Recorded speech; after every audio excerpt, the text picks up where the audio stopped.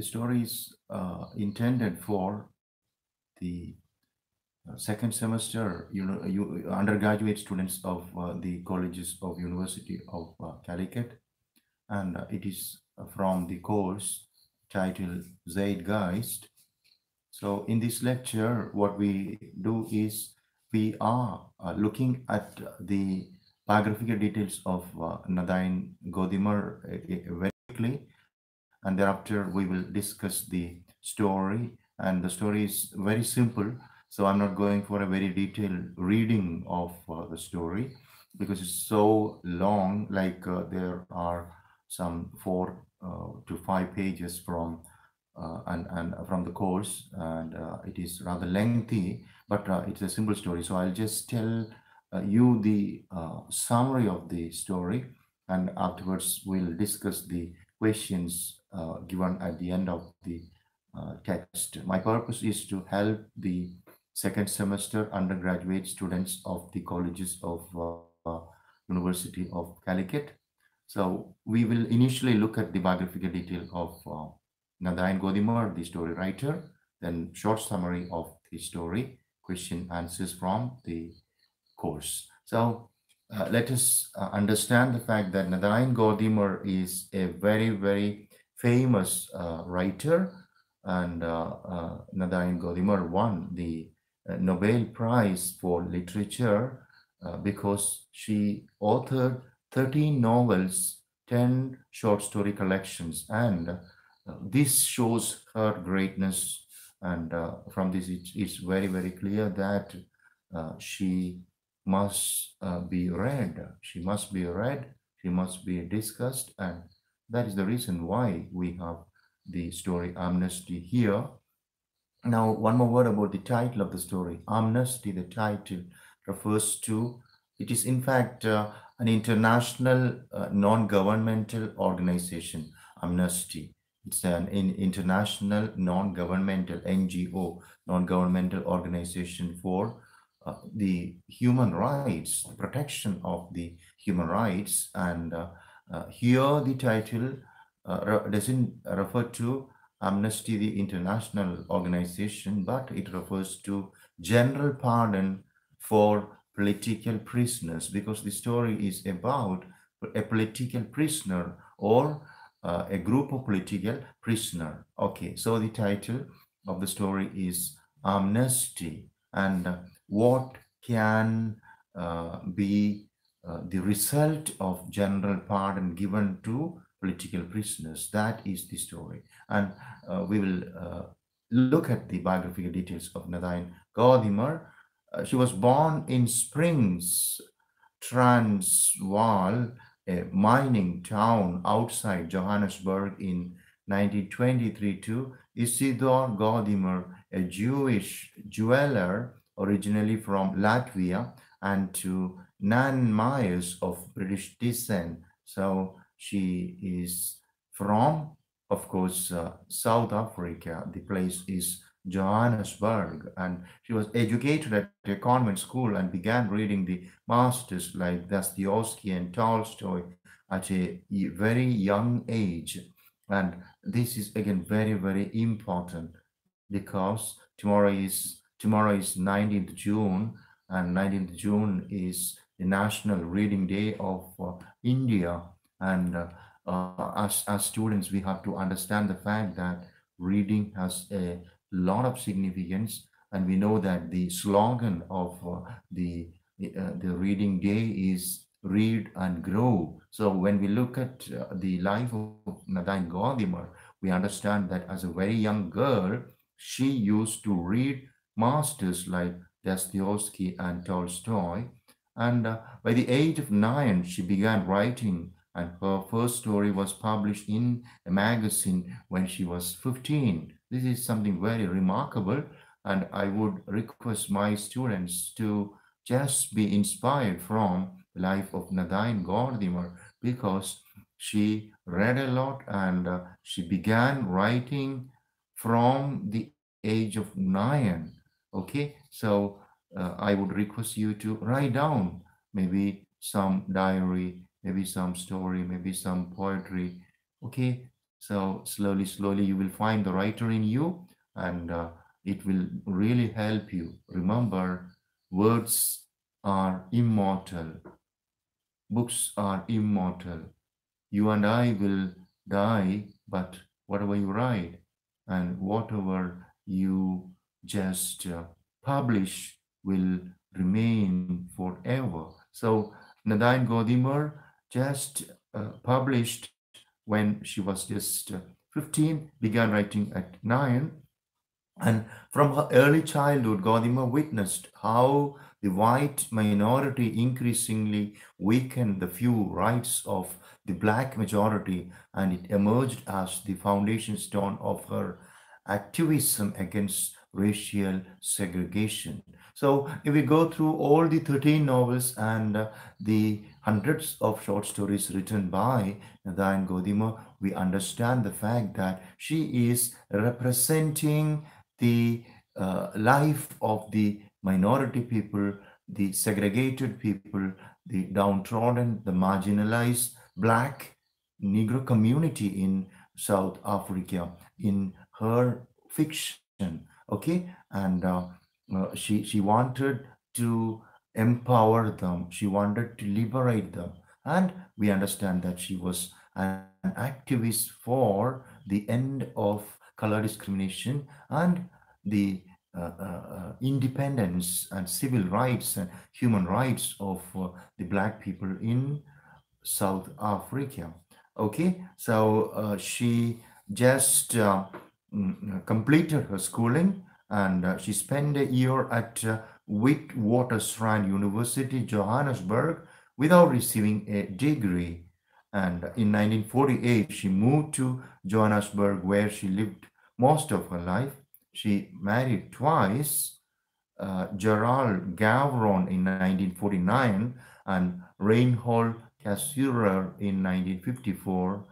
And many of her books were banned in South Africa by the apartheid regimes. And though she was against going in exile, she lectured at universities in the United States of America for short periods in 1960s and 1970s. So, as we understand, all the people who work against the powerful administratives or the government, okay, will be all the time oppressed. And similarly, Nadine Godimer, now that she is working against the white government, the very so-called oppressors, they are oppressing the black people.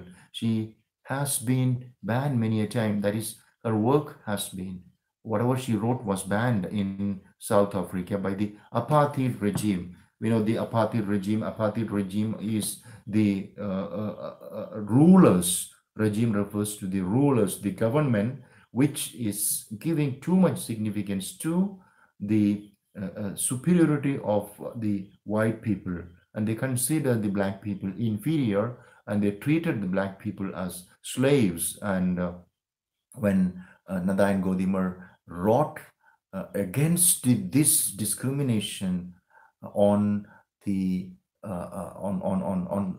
the black people, she was, of course, her fiction, her stories were banned. That's true in the case of any activist writers.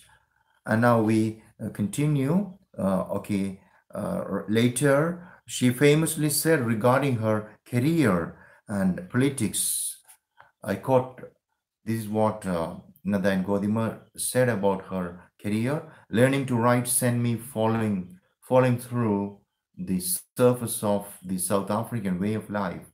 Her being a founder member of the Congress of South African Writers, that is COSAW, COSAW. She was one among the founders of COSAW, Congress of South African Writers, for several years, was a testimony to her politics. Her politics was nothing but independence of the African black community. And she was an ardent supporter of the African National Congress, ANC. You remember Nelson Mandela, and of course, like Nelson Mandela, Nadine Godimer was very active in the African National Congress. In 1991, she won the Nobel Prize for Literature, being the first South African to win the award and the first woman to win in 25 years. This is very, very remarkable. So Nadine Gordimer is the first woman from Africa to win the Nobel Prize for Literature, just like Rabindranath receiving Nobel Prize for Literature from Indian subcontinent. And she has been awarded 10 honorary doctorates in literature from various universities around the world. This again shows her remarkable contribution to the humanity and the world. 10 doctorates from different universities of the world. Remember, she could not complete her BA or her graduation, and because she was a writer, because she wrote a lot of fiction, a lot of literature with universal reality and life and message and literature that could empower and change the world, she was given more than 10 doctorates from most of the best and leading universities of the world. The first democratic elections in 1994 did not prevent her from writing about the after effects of apartheid in South African society. In 2007, Gordimer was awarded the Chevalier de la Légion d'Honneur by the French government. And this is again something which is very, very remarkable.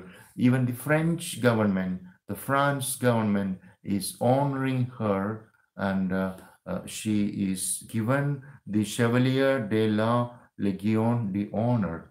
And that was in the year 2007. And later, she died in the year 2013. That is, of course, 13th July 2014. She passed away, and that was, of course, when she was asleep. So, a very calm and quiet death during her sleep. Okay, and now we will just look at some of the important literary contributions of Nadine Gordimer.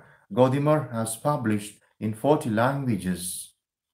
She has been translated into many languages.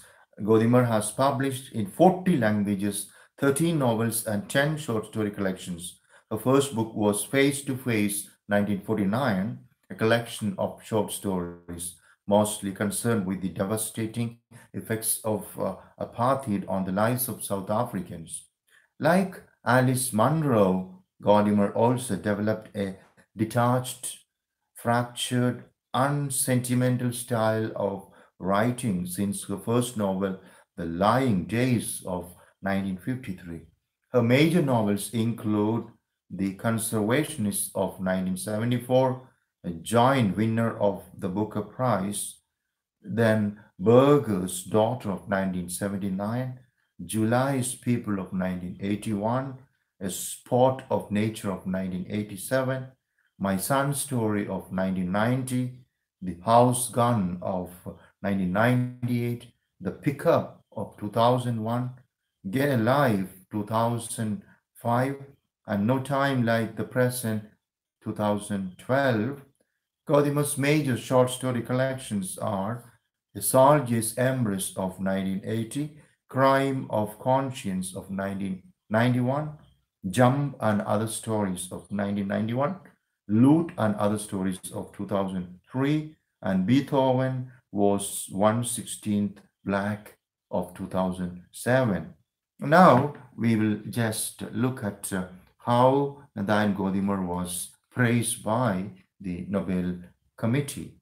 The Nobel Committee described Gordimer as a writer who, through her magnificent epic writing, has, in the words of Alfred Nobel, been of very great benefit to humanity. Her novels and stories are testament to her belief in the redemptive power of humanity, critical of a society which is founded upon the willful mistreatment of millions of its citizens. Gordimer states with optimism. I quote, this is what Nadine Gordimer utters in an interview. Art defies defeat by its very existence, representing the celebration of life in spite of all attempts to degrade and destroy it.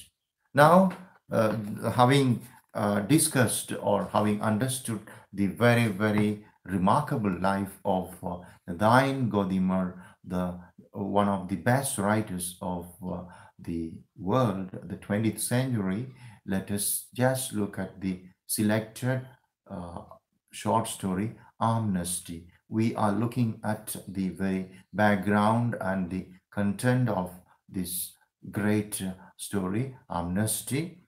Amnesty, a short story originally published in The New Yorker in 1991 and later included in the collection Jump and Other Short Stories, was selected to the anthology entitled Freedom in 2009, published by Amnesty International, celebrating the Universal Declaration of Human Rights. So this has been selected by the Amnesty International because it's about the human rights. The narrator of the story is a young African woman, a young South African woman, the fiancée of the nameless protagonist.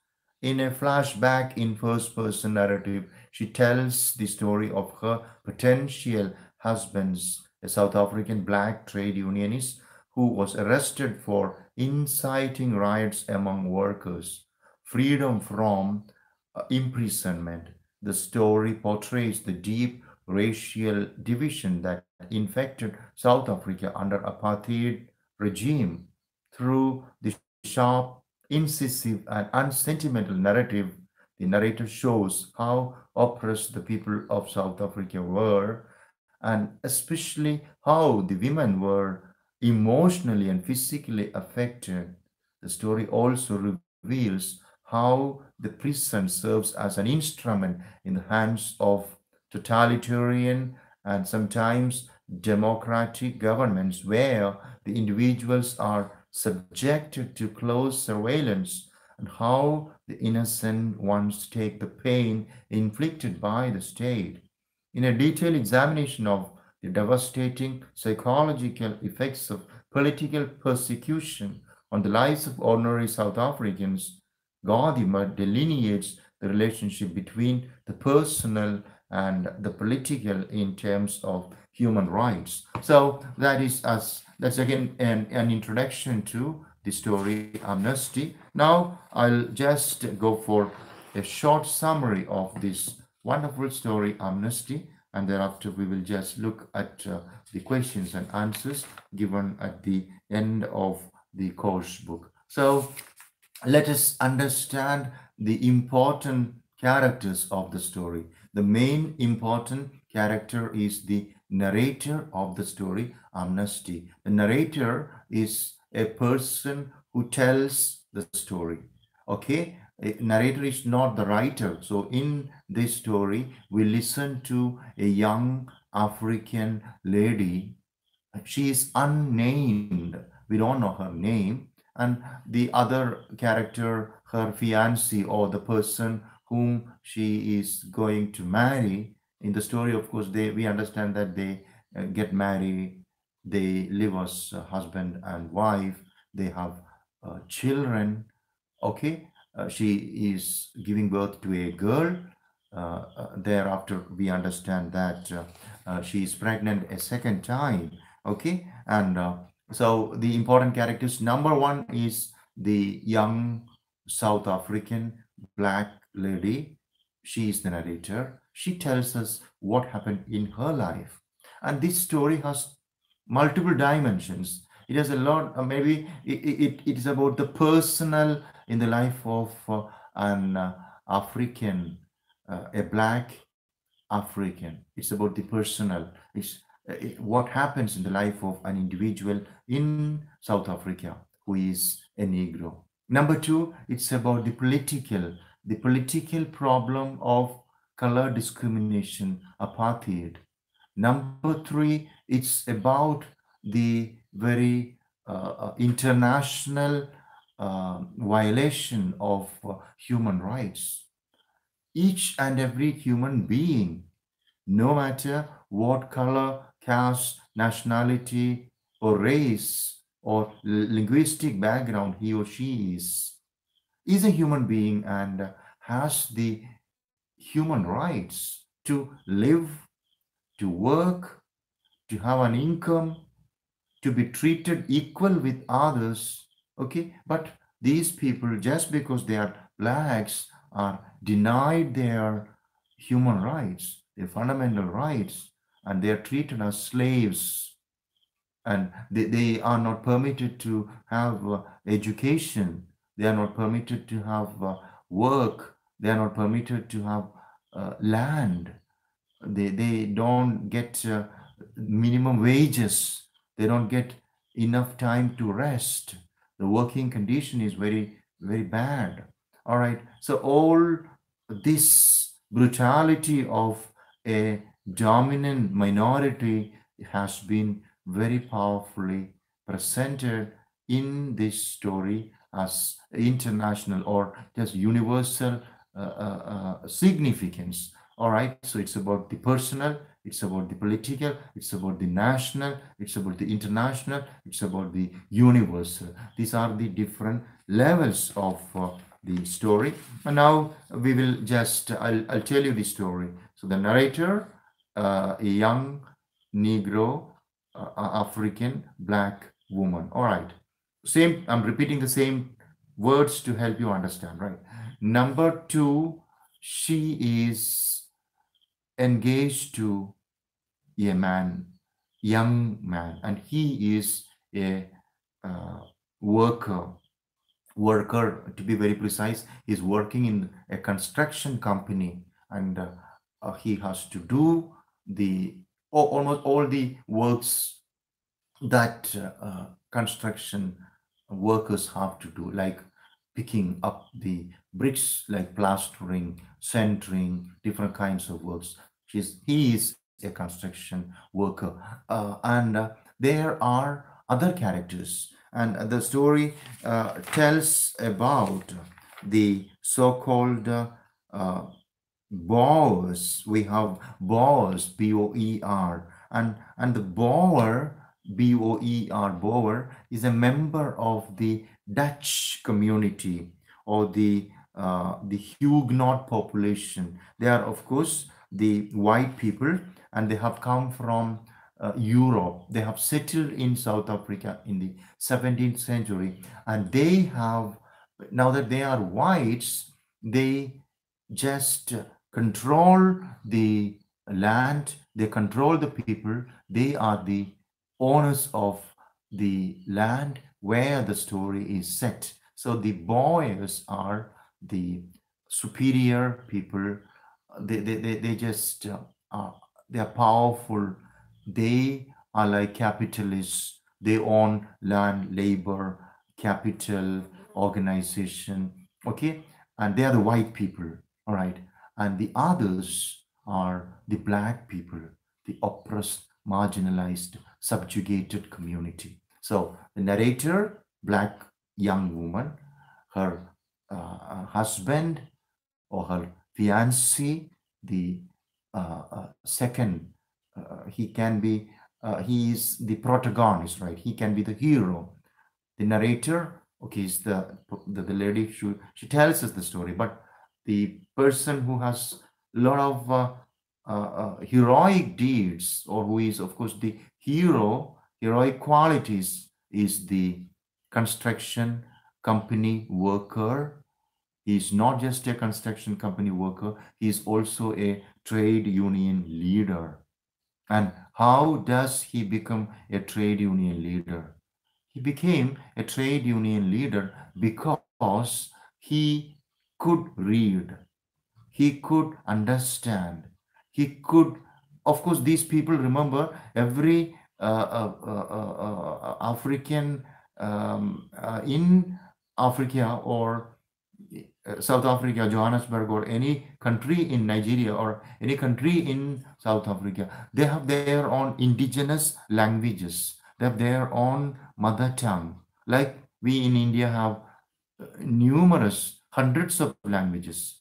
Okay, we have like we in Kerala use Malayalam, Tamil Nadu, Tamil, Kannada, Telugu, Kashmiri, Oriya, plenty of languages. Similarly, in South Africa also they have many languages, the mother tongue. But this man, the construction company worker and the trade union leader, I'm just explaining how he became the trade union leader because he could read English, he could speak English. Moreover, he was courageous enough, he was confident to speak to the boys, the white people. He used to represent the black people, and slowly, slowly, he is emerging as the leader. All right. And now we have the boys, the white community, and we have another group here that is the uh, trade union workers. And all these trade union members and leaders together form a union or a movement, and in the story it is known as the movement. The movement is the Free South Africa Movement. That is an organization, it is a movement to end apartheid in South Africa. So there are the white people, there are the black people, poor farmers, women, men, young men, children, and all of them, no age difference. Okay, they have to work for the white people in their farms. And some of the people who are maybe self-taught to read English, who can speak some English, right? They form a union, and it is the movement, and their purpose is to liberate the Africans, the Negro, the black people of Africa from the white European community, and to have, of course, independence and human and civil rights. So the movement, members of the union, the trade union, the movement, and okay, now let us look at the story. So these people, they stay in an ordinary village where everybody is a farmer. Not these people are not farmers, right? There are farmers are the people who own the land. So it's white people who own the land. These people are like tenants, peasants, or in Malayalam, Kudiyanmar.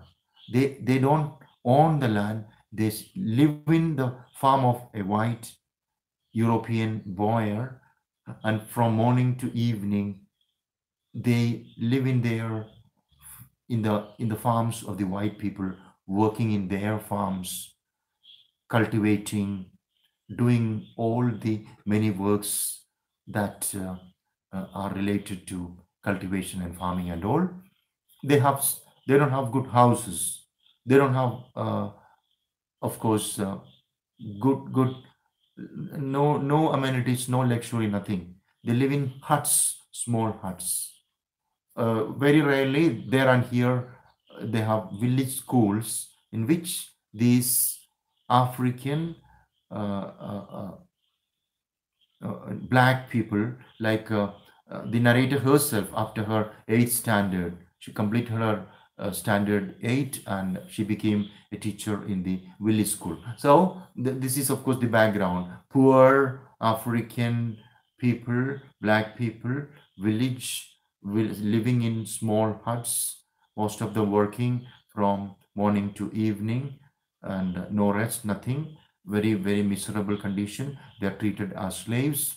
And we have the narrator, young woman, and we have the protagonist, the trade union leader. So the leader is, of course, young, and he saw this girl, the narrator, and he thought he would marry her.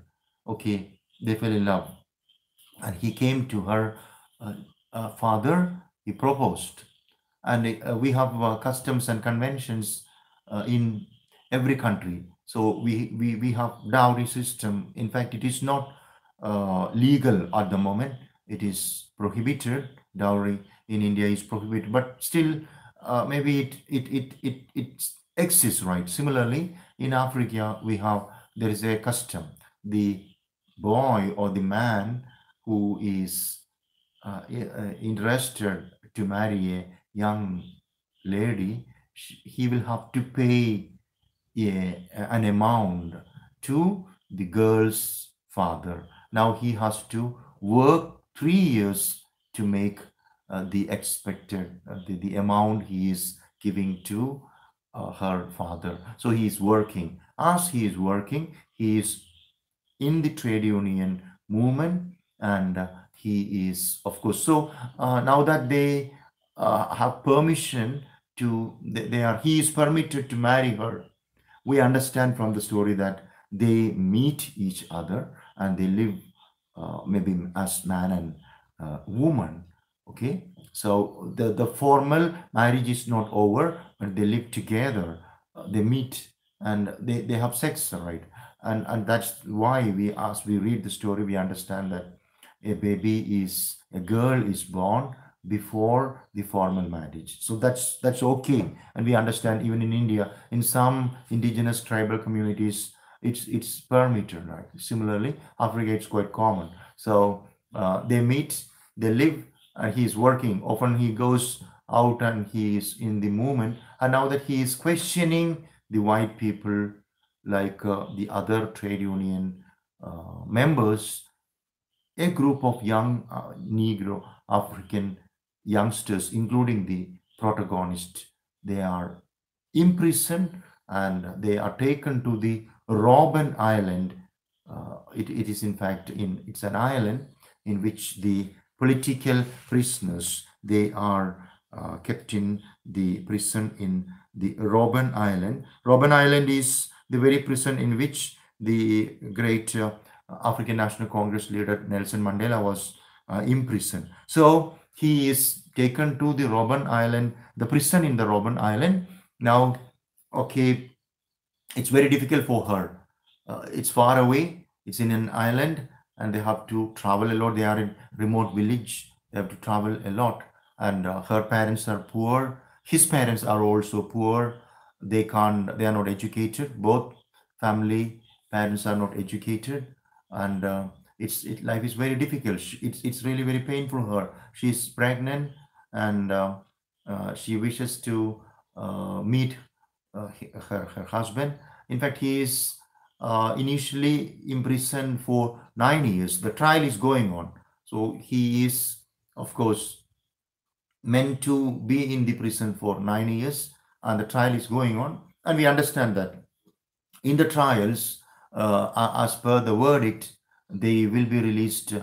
Yeah, there is the amnesty, right? A general pardon is given to political prisoners, or rather, after the trials, he is going to be liberated after 6 years. So 6 years of waiting, right? And the narrator and her family, like, and the protagonist, his parents, right? They just wanted to visit him in the prison in Robben Island. They make a journey. They travel to the Robben Island, but they cannot go to the Robben Island. They come to the harbor, and now that they don't have a police permit, they cannot just go to the Robben Island. They have to go back. And now, meanwhile, he is permitted to write letters from the prison. He is writing letters to her. She is writing replies. She is writing about her parents. She also writes about his parents, and life goes on. And in as we read the story, we understand that he blames her. He finds fault with her, and asks, okay, you are educated, you have completed 8th standard, and you know the formal procedures, processes of course, consulting maybe a prisoner, a political prisoner. So you should have gone to the office, and you should have had enough information, so that, of course, all your travel to the harbor, Cape Town, etc., wouldn't have been a futile effort, right? So, and he also asserts the fact that with the black people, the problem of the black people is ignorance. the problem of the black people is illiteracy. So he says that we have to be educated. We have to have literacy. So we tell others, tell everybody, tell all the black people to be educated, and tell them that I am in the prison just for empowering you, educating you, and our children.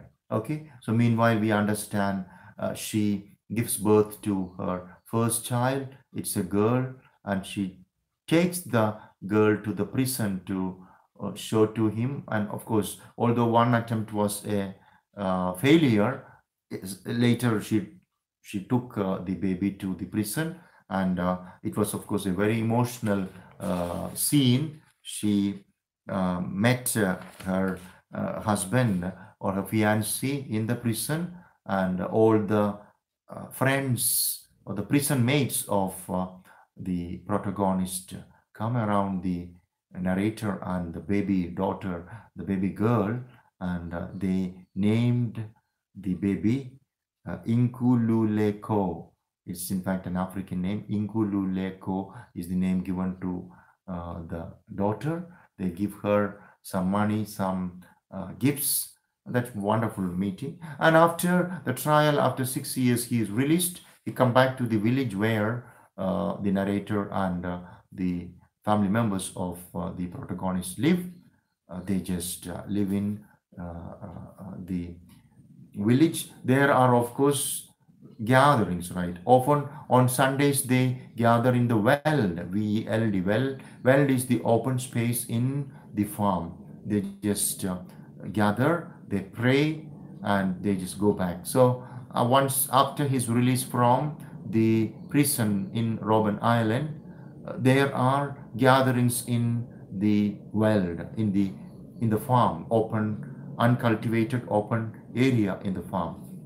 And of course, the narrator's mother, she is making some beer, and beer is given to the protagonist and his friends, who are, of course, members of the movement, and they sing, they make a lot of noise, and her father is very upset about the noise that is made by loud noise made by the protagonist and his friends.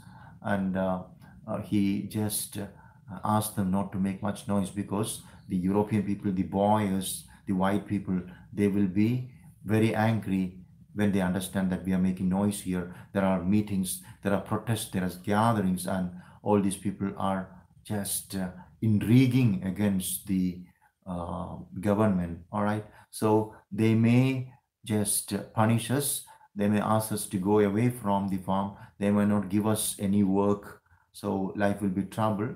So this is what. And her brother is just asking her father, okay, say that we were having a prayer meeting. Okay, so although he is released and he is in the village, uh, life is not normal for the narrator, because okay, initial 2 3 4 weeks he doesn't go away, but after some time, maybe after 1 or 2 months, he goes out, and he goes out often without any notification, right? Like, he could be away anytime. He can go without any prior notice. But when he was working, okay, he used to work during the daytime. But in the moment, life in the moment is different, because he will have to go anytime, maybe for days, and she wouldn't know where he has gone, where he lives or stays, and she's upset about his absence. But uh, she is told by him that he is one among the big man, and the big man are, of course, the African political leaders with authoritarian designs. Like, he is one among the leaders who are just fighting for the empowerment, the human rights, the independence of the African people. So she is happy to tell her children, like this daughter, that, yeah, your father, my husband, he is away from us, away from home, just because he loves his country, just because he loves his fellow Africans. Okay, so be proud of being daughter of your father. Okay, and this way, although she is sad that her husband is away, she is, of course, very, very proud to be his wife. All right, and ending of the story, it is again, she is lonely, isolated.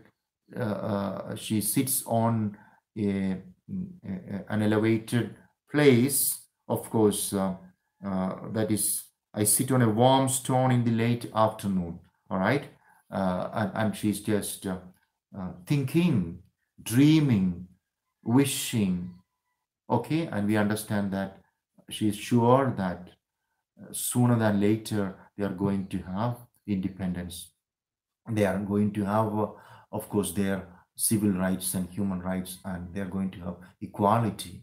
Okay, so the very beginning and the ending I'll just read, so that we understand the great writing style of Nadine Gordimer. So this is, of course, a very flashback kind of first person narrative.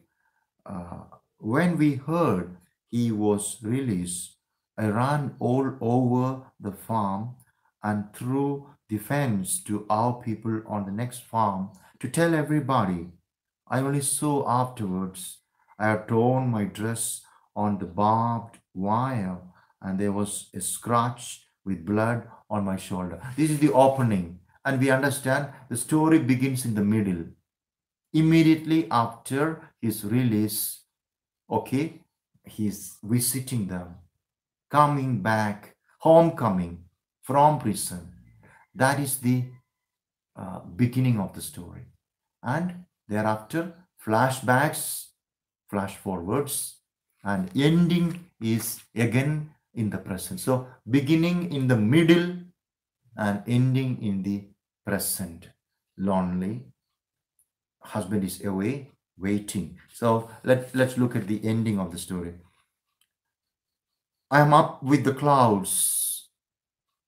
The sun behind me is changing the colors of the sky, and the clouds are changing themselves slowly, slowly. Some are pink, some are white, swelling like bubbles. Underneath is a bar of gray, not enough to make rain. It gets longer and darker. It grows a thin snout and long body, and then the end of it is a tail. There is a huge gray rat moving across the sky, eating the sky. The child remembered the photo. She said, "That's not him. I'm sitting here where I came often when he was on the island. I came to get away from the others, to wait by myself. I'm watching the rat. It's losing itself, its shape, eating the sky. I'm waiting, waiting for him to come back. Waiting. I'm waiting to come back home."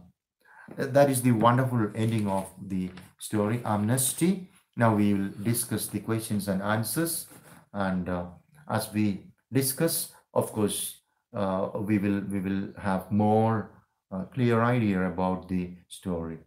So we will look at the first section of questions, in which we have multiple choice questions, short, very short questions. In which magazine was the short story Amnesty first published? The short story Amnesty was first published in the magazine New Yorker, the New Yorker. Second question, who is the narrator of the short story Amnesty? The narrator of the short story Amnesty is a young South African woman. Third question, what is the meaning of the term amnesty? Amnesty, the term, means general pardon for political offenses.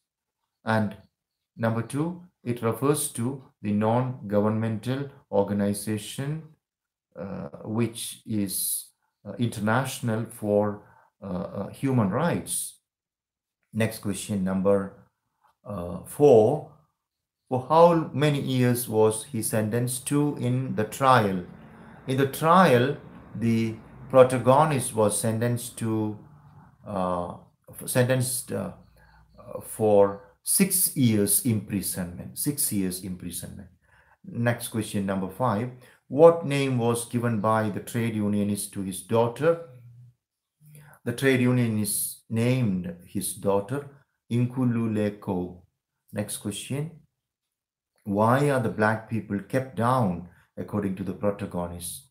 According to the protagonist, the black people are kept down because of their ignorance, because of their illiteracy, because of lack of education, for um, just slaves to the white people. All right. So two parts of the answer. It is they are kept down because they are ignorant, illiterate, not educated. Number 2, they are kept down. They are suppressed by the white Europeans because they just want these black people to work as slaves. Now we go to the second section where we have short questions which we have to answer in 1 or 2 sentences. Right? What was the profession of the narrator's life partner? The narrator's life partner was a construction company worker and a trade union leader.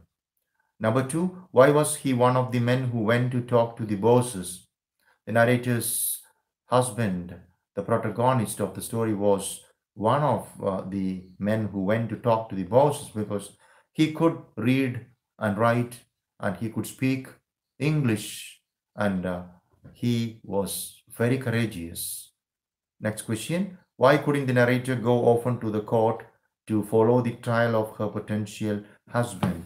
The narrator, the young African lady, couldn't go to the court for trial quite often because because they were poor. The case was heard in a town far away. I couldn't go often to the court because by that time I had passed my standard 8 and I was working in the farm school. Also, my parents were short of money. All right, this is the reason. She has work. She's working as a teacher, village school teacher, and far away. Number 2, not enough money. Next question. Why, according to the narrator, didn't her brothers who had gone away to work in town send home any money? According to the narrator, her brothers didn't send home any money because they had girlfriends and they had to spend all the money they earned on their girlfriends. They didn't have any money for their family. Next question. How did the man respond in the court when his baby daughter was brought there for the first time? So it was, of course, a very emotional scene, and I I was allowed to visit him in jail.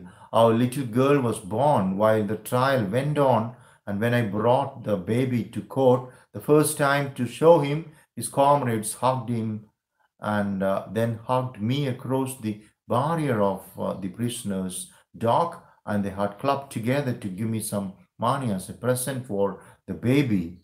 Okay, he came close to, he chose the name for her Inkululeko. So her friends, they were very happy, and they just collected some money as a present to her, and of course he was also very happy, and he named her Inkululeko. Next question, number 6. Why was the narrator, alongside with her potential husband's parents, not allowed to enter the boat meet the man? Okay, to meet the man. All right.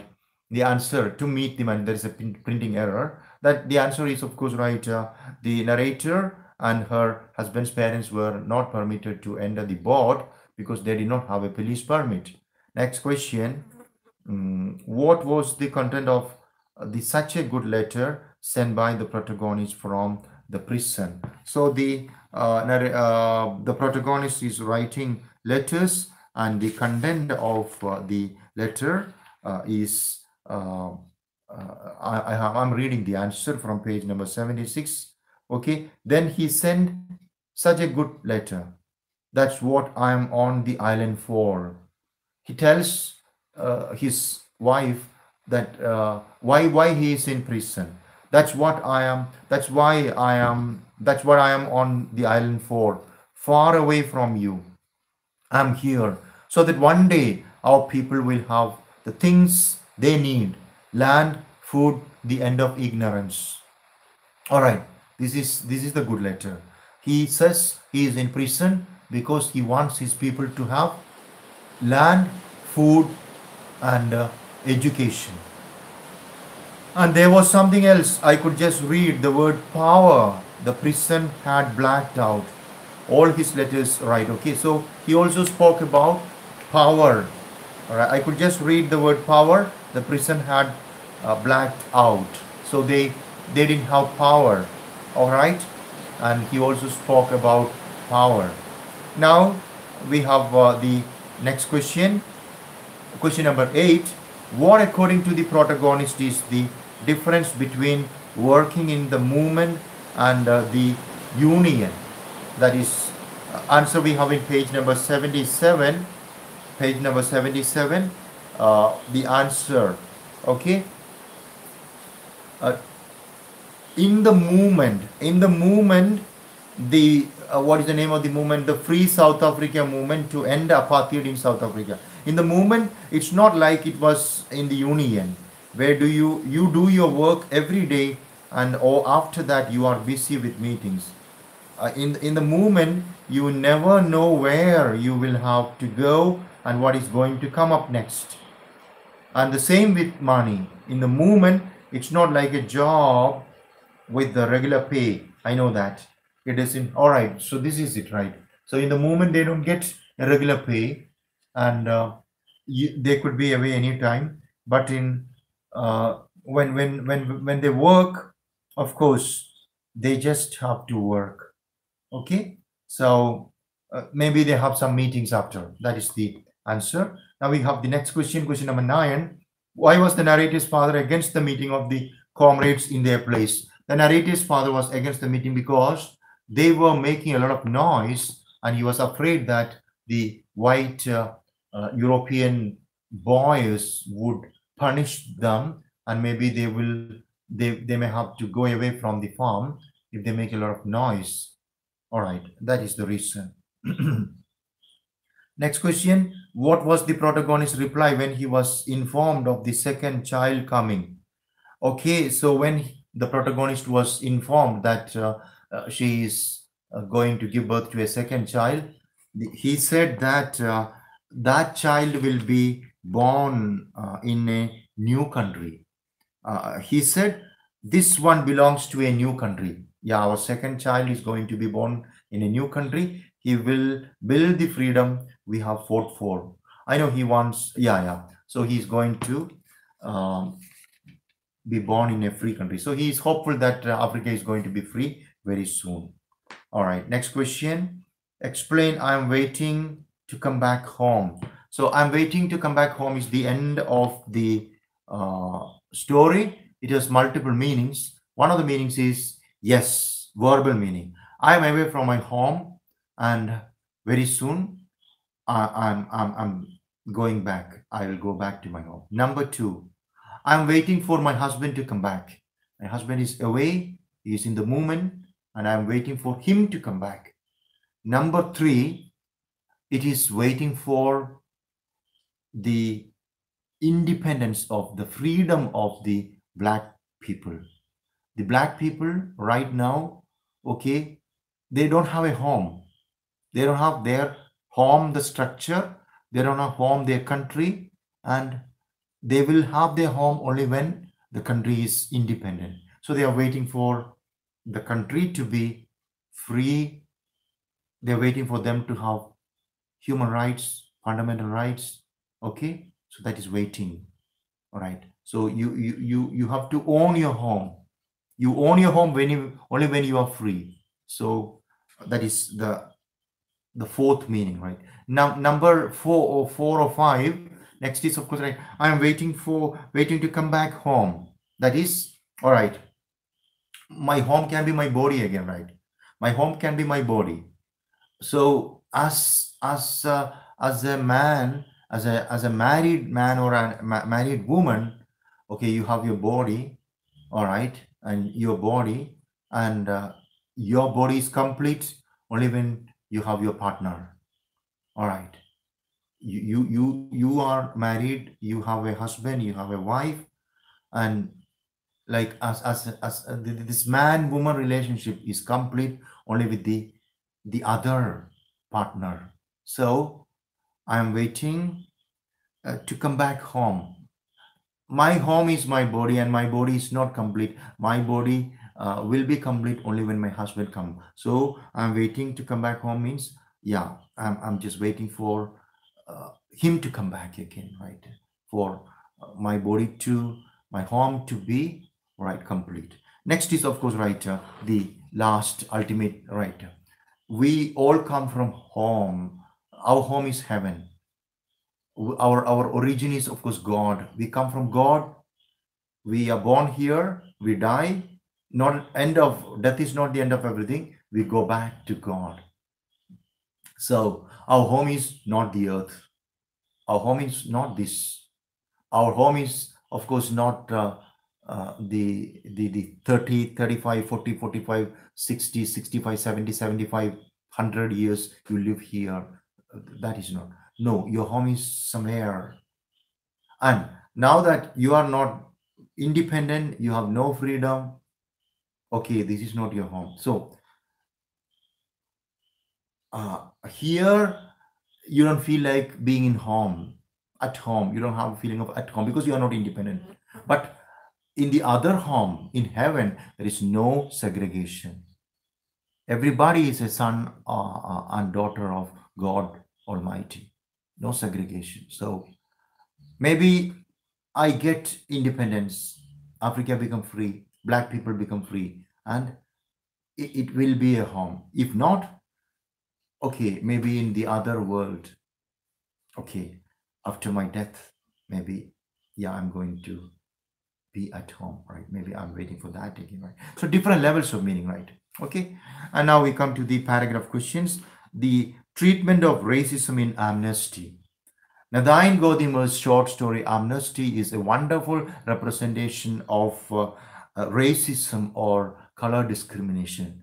Okay, and she is an activist.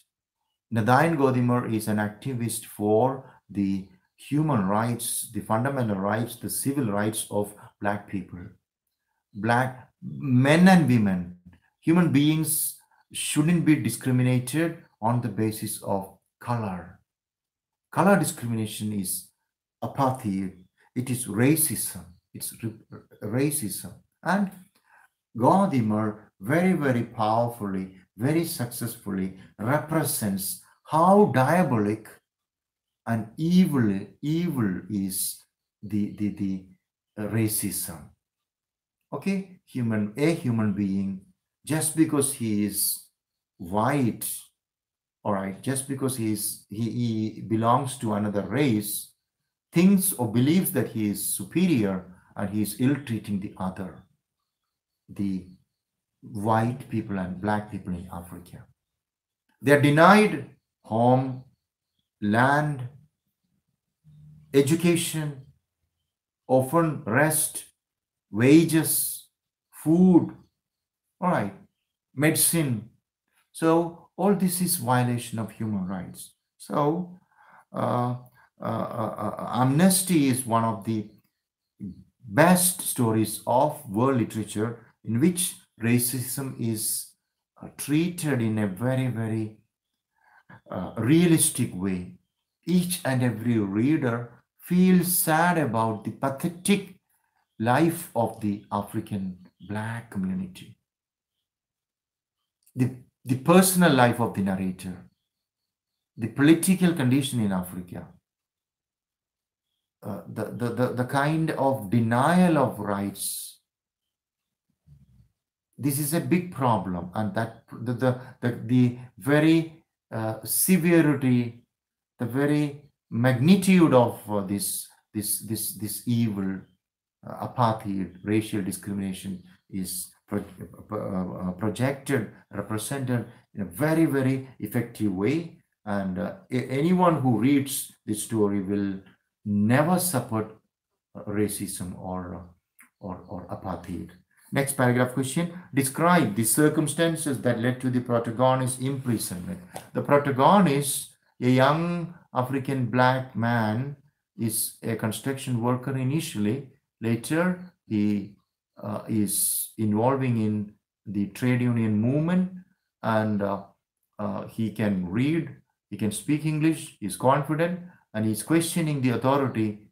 He questions the white people in Africa, and because he is just organizing meetings and protests of other men, because he is a trade union leader, he is being arrested by the totalitarian, or rather the very white dominated government in Africa, Johannesburg, and he is imprisoned for 9 years. The trial continues, and in the trial they are given an amnesty or a general pardon, and after 6 years they are released.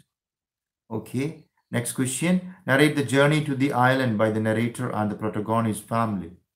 The narrator, the young lady, wanted to see her fiancé because she is in love with him. They live together as husband and wife. She's pregnant, is going to give birth to the baby. Very, very painful for her to be away from her lover. And again, the protagonist, her fiance's parents, again upset and worried. So she, along with her in-laws, her fiance's parents, decide to go to the Robben Island, where he is imprisoned. But they made a lot of money. She worked hard.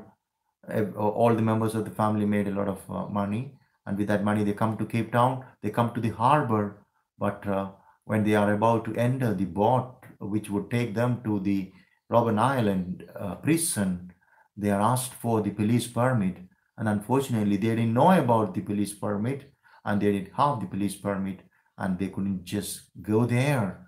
But they had taken a lot of presents or gifts for him, some clothing, some sweets, and all that they wanted to give him.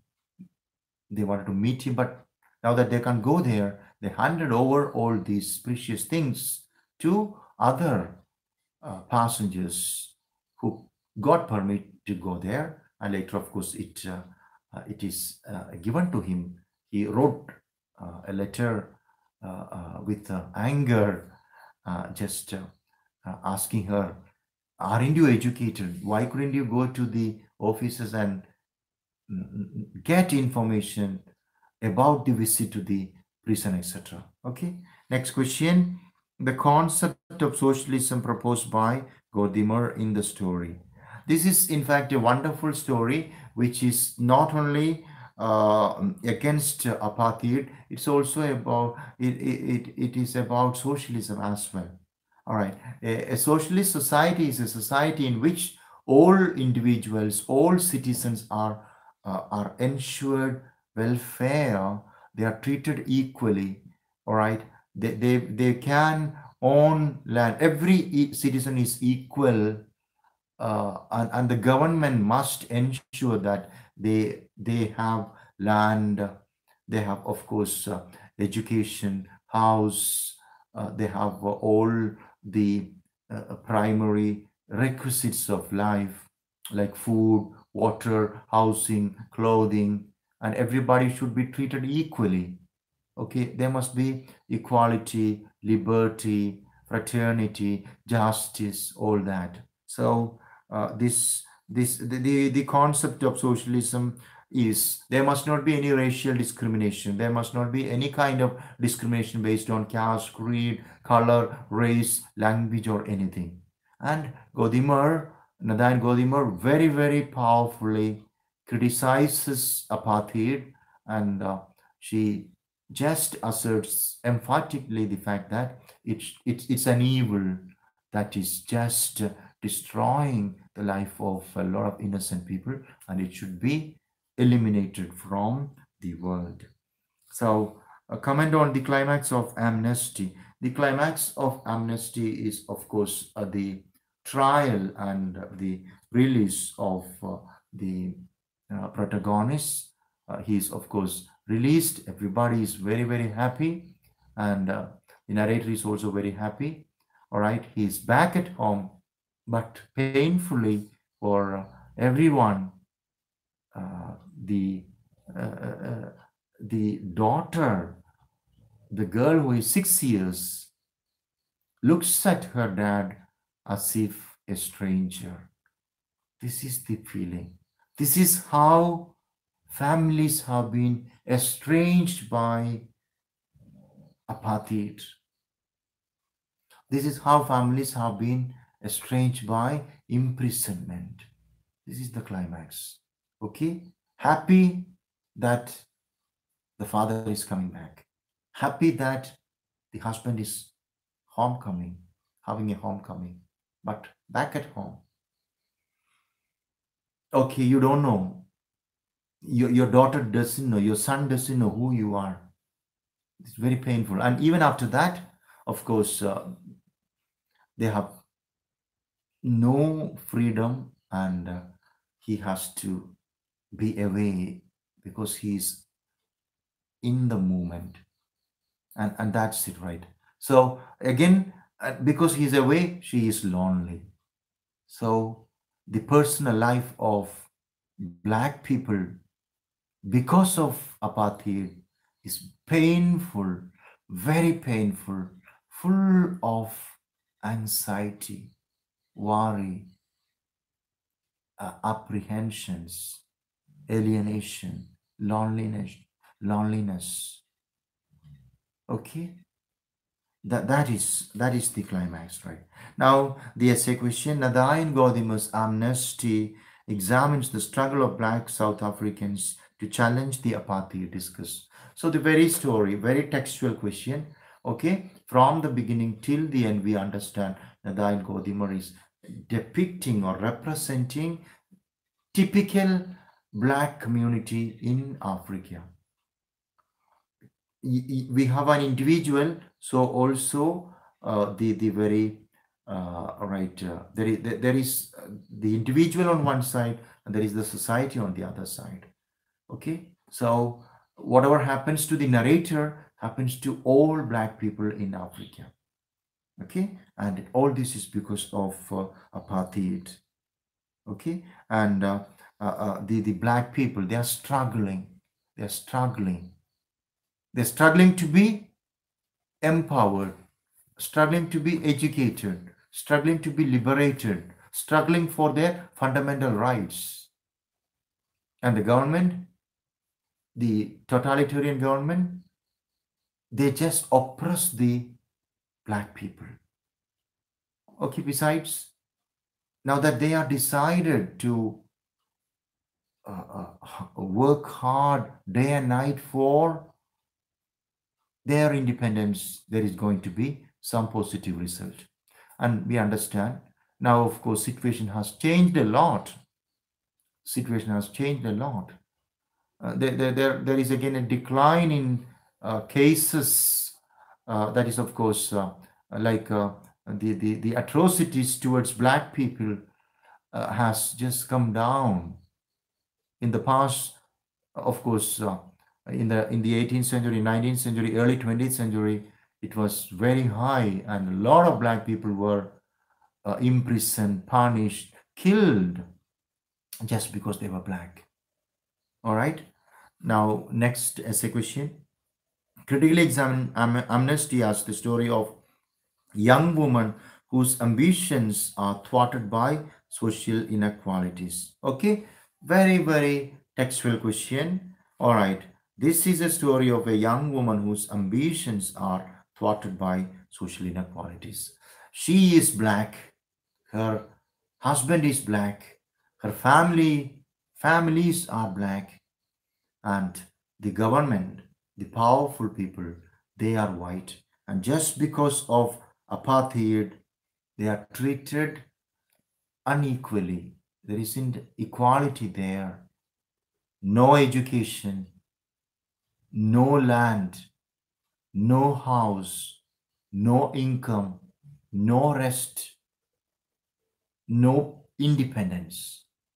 They cannot even sing, they cannot even talk, they cannot gather, they can't do anything because they are black. And everybody wants to be loved and cared for. They just want to marry, live with the family, but she cannot. Her husband is away because he is a trade union leader. He's imprisoned for a long time.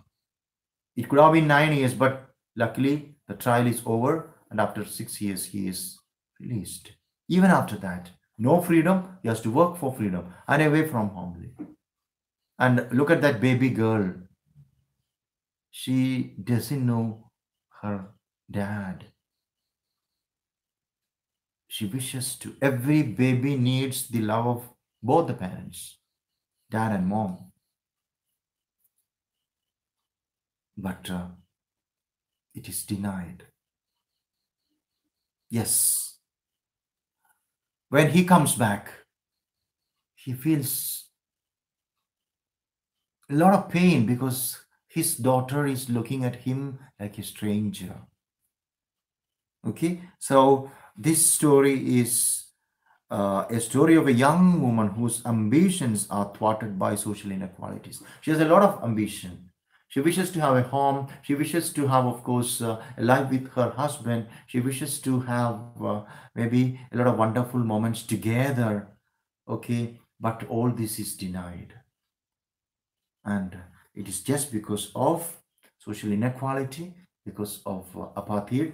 Of course, all the story, I'm not repeating all that, everything from the meeting of the narrator and her husband, and of course her waiting at last for him to come back, can be the content of the essay question, I mean the answer to the essay question.